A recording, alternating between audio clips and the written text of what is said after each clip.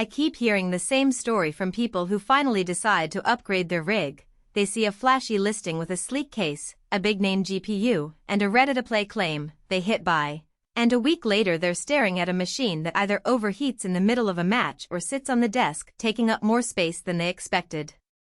That feeling of "I wish I'd read more before I clicked" is what makes me pause before I recommend any pre-built. Link is in the description if you want to check the product details on Amazon. So before you add the STORMCRAFT Sirius to your cart, let's walk through what it actually does in a typical gaming setup, where it saves you time, and what hidden compromises you might run into. First off, the Sirius is positioned as an all-in-one solution for anyone who wants solid 1080p to 1440p performance without the hassle of hunting down individual components.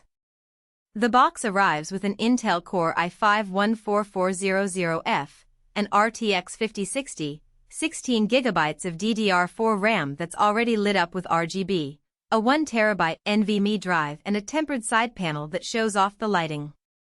For a gamer who isn't comfortable building a PC from scratch, that's a huge convenience factor. You get a machine that boots straight into Windows 11, Wi-Fi and Bluetooth are already configured, and the ARGB cooling is pre-installed. In practice, that means you can pop it out of the box, plug it into your monitor and controller, and be in a game within 15 minutes. The real-world value here is the time saved and the reduced chance of compatibility nightmare that often trips up first-time builders. Now, let's talk about the day-to-day experience. I tested the Sirius with a mix of fast-paced shooters, open-world titles, and a bit of streaming on the side. In a recent session of Apex Legends at 1440p with medium settings, the frame rate hovered around 100 frames per second, and there were no stutters when I jumped into a squad. When I switched to Elden Ring at the same resolution, I saw an average of 60 frames per second, which is perfectly playable, though you'll need to dial back a few visual bells and whistles if you want a consistent 60+ experience in the most demanding scenes. The RTX 5060 handles ray-traced effects decently, but you'll notice a dip when you enable DLSS and full ray tracing simultaneously. It's not a showstopper, just a reminder that this GPU sits in the mid-range tier. Streaming while gaming was another practical test. With OBS running at 1080p 60 frames per second, the CPU usage stayed under 30%, and the system didn't heat up dramatically. The ARGB cooling fan spun up a bit louder when the GPU hit 80% load, but the overall acoustic profile stayed in the noticeable but not distracting zone. If you're someone who plans to do occasional Twitch streams or record gameplay for YouTube, the built-in Wi-Fi and Bluetooth are handy. I was able to connect a wireless headset without any driver hassles, and the Ethernet port gave a stable upload speed for live broadcasts.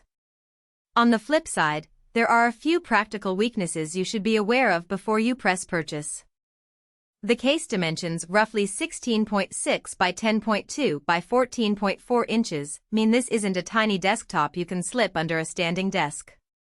It takes up a decent footprint, and the tempered glass side panel, while visually appealing, can be a bit fragile if you have pets or kids that like to poke around. Another point is the RAM. The 16GB kit is DDR4, which is fine for most games today, but if you plan to keep the system for a few years and want to future-proof for larger open-world titles or heavy multitasking, you might eventually need to add another stick. The good news is the motherboard has extra slots, but you'll have to open the case yourself, something the plug-and-play marketing tries to hide. Power consumption is another subtle trade-off. The 14400F is a power-efficient CPU, yet the RTX 5060 draws a respectable amount of juice under load. In my tests, the power draw peaked at around 260 watts, so a decent 550-watt PSU is already included, but you won't have a lot of headroom if you ever decide to upgrade to a higher-end GPU later. That also means you won't be saving much on your electricity bill if you game for several hours a night. Who should buy the STORMCRAFT Sirius?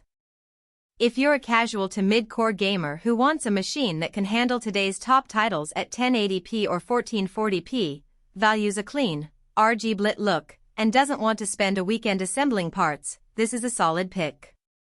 It's also a good fit for streamers who need Wi-Fi, Bluetooth, and a reliable SSD out of the box, and who are comfortable accepting that the case is on the larger side. On the other hand, if you're a hardcore enthusiast chasing 4K ultra settings, or you like to tinker with custom cooling loops, the Sirius may feel limiting. The mid-range GPU will cap you before you reach that no-compromise performance level, and the case design isn't ideal for extensive modding. Pricing-wise, the Sirius lands in the sweet spot for a pre-built with these specs.